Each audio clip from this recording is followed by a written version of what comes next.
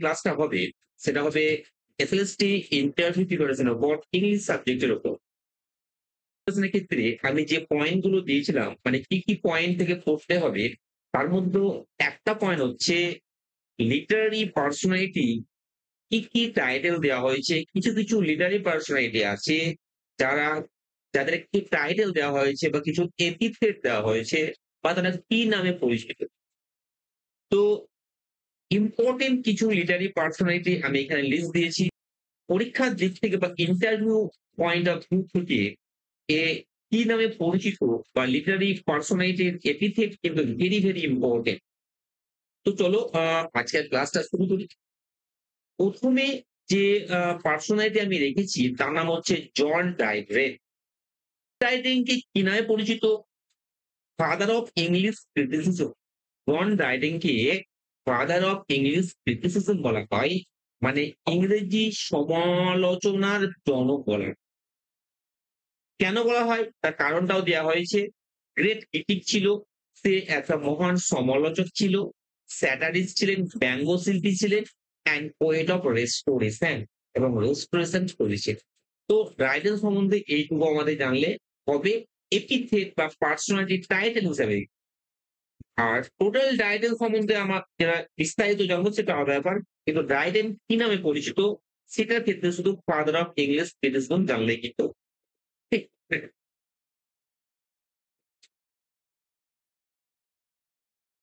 ২ নম্বর যেটা আসছে সেটা হচ্ছে জেফ্রি চসার। তো জেফ্রি চসার কে কি বলা হয়?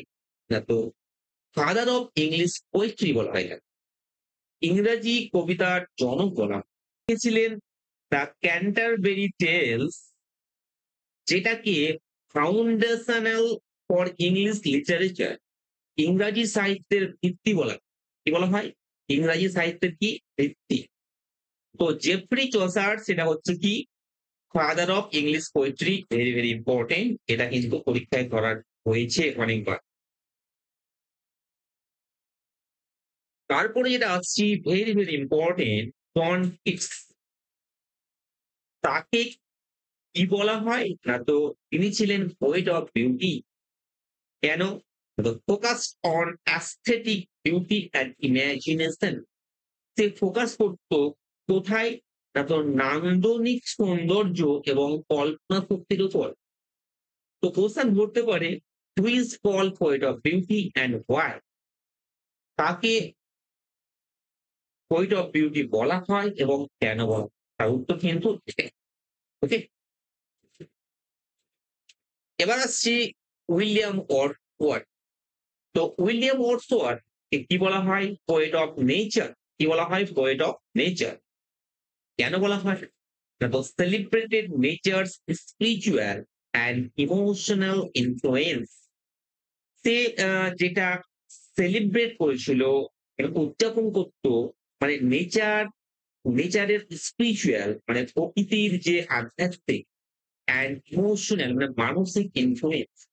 তো তার কবিতার মধ্যে যেটা থাকতো প্রকৃতির আধ্যাত্মিক এবং ইমোশনাল মানসিক বা অনুভূতিমূলক প্রভাব।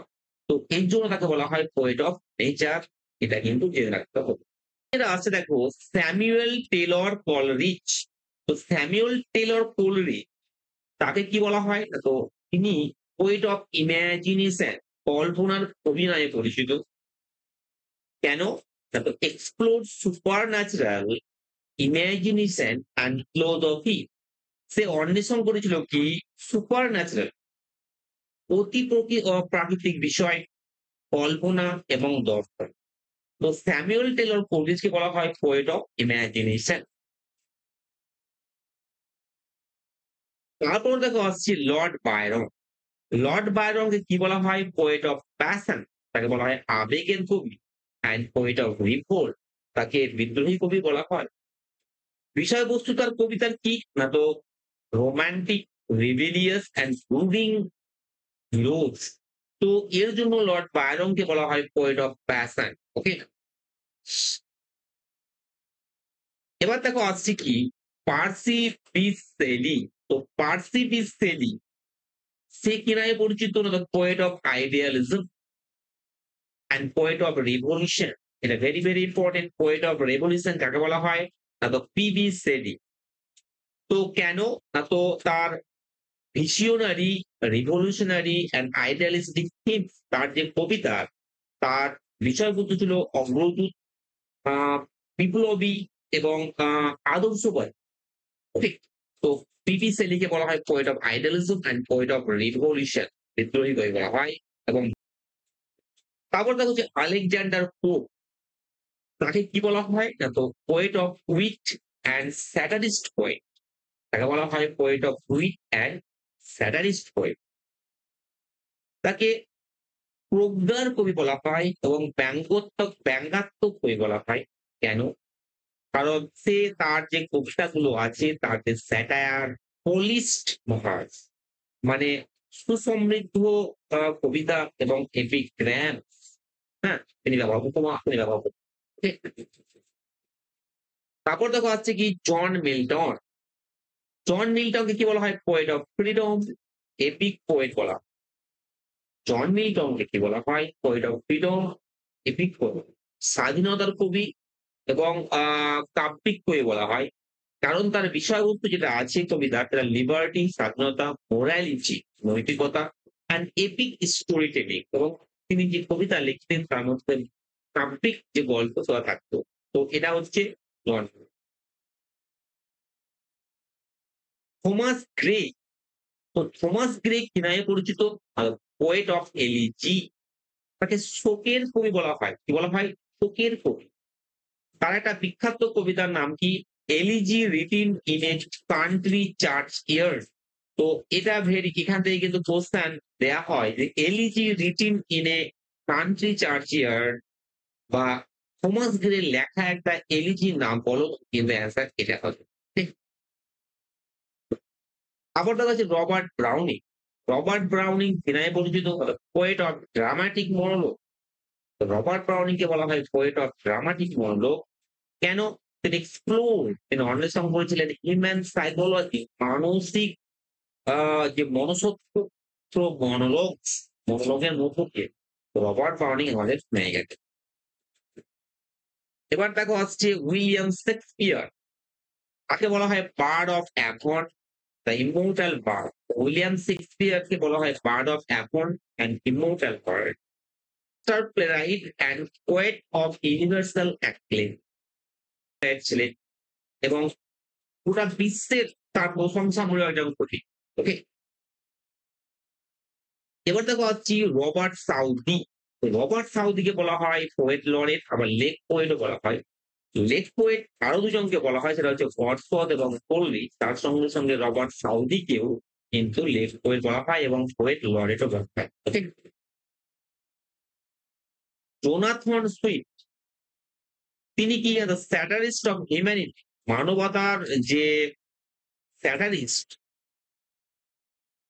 ব্যঙ্গ মানে তিনি যে করেছিলেন বা স্যাটার, তার তাকে বলা হয় স্যাটারিস্ট অফ হিউম্যানিটি। তার একটা বিখ্যাত স্যাটার হচ্ছে গ্যালিভার্স ট্রাভেলস।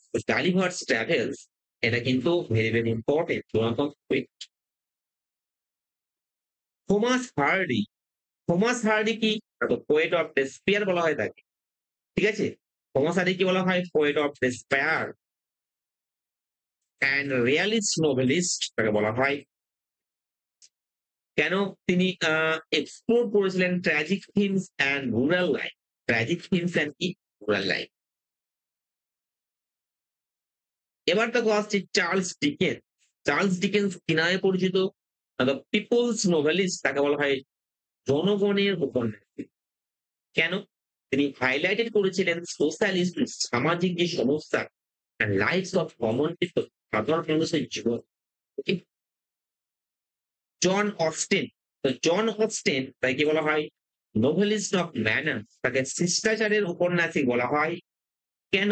না তিনি সমালোচনা করেছিলেন, ক্রিটিক করেছিলেন সোশ্যাল কাস্টম, সামাজিক প্রথা অ্যান্ড ওমেন্স রোলস, নারীর যে ভূমিকা সেটা।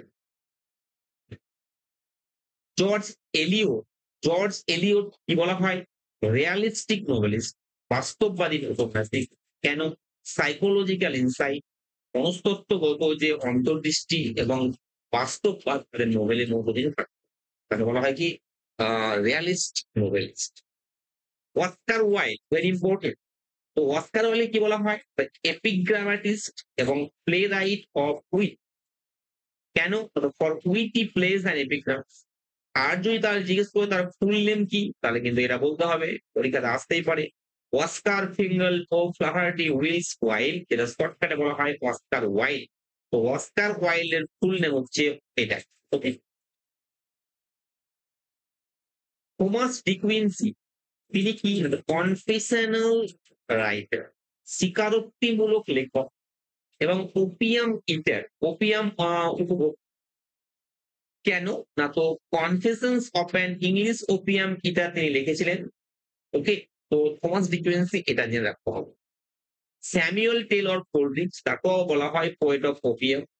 তিনি রোমান্টিক পোয়েট ছিলেন, এক্সপ্লোর করেছিলেন ইমাজিনেশন অ্যান্ড সুপারন্যাচারাল থিংস আগে বলা হয়েছে। এডমান্ড স্পেন্সার দেখো পোয়েট অফ অ্যালিগরি, তাকে রূপক কবি বলা হয়। কেন? কিন্তু তিনি রূপক কবিতা লিখেছিলেন যেমন ফেয়ারি কুইন, অ্যালিগরিক্যাল এপিক্স এডিসি। ফিলিপ সিডনি তাকে পোয়েট অফ সিভালডি তাকে বলা হয়। নোন ফর অ্যাস্ট্রোফেল এবং স্টিলা এবং এলিজাবেথ রাইডার। তো পোয়েট অফ সিভালডি নামে কে পরিচিত? Philip Sydney. এটাও কোশ্চেন আছে যে অ্যাস্ট্রোফেল এবং স্টিলা কার লেখা? তো ফিলিপ সিডনি। জন ডান, তো John Donne metaphysical poet, very very important. Metaphysical poet কে? John Donne. কেন? কমপ্লেক্স ইমাজিনারি এবং ফিলোসফিক্যাল থিমস তার কবিতার মধ্যে কিন্তু আছে। ওকে? তো এই যে আমি কয়েকটা লিটারারি ক্যারেক্টার দিলাম, এগুলো ইম্পর্টেন্ট। এগুলো তোমরা যদি দেখে যাও তাহলে কোন কোন লিটারারি মানে পার্সোনালিটিস এর কি কি এপিথেট দেওয়া হয়েছে এটা মোটামুটি কমপ্লিট হয়ে যাবে। তোমার যদি ভিডিও ভালো লাগে তোমাদের তাহলে অবশ্যই লাইক করবে, সাবস্ক্রাইব করবে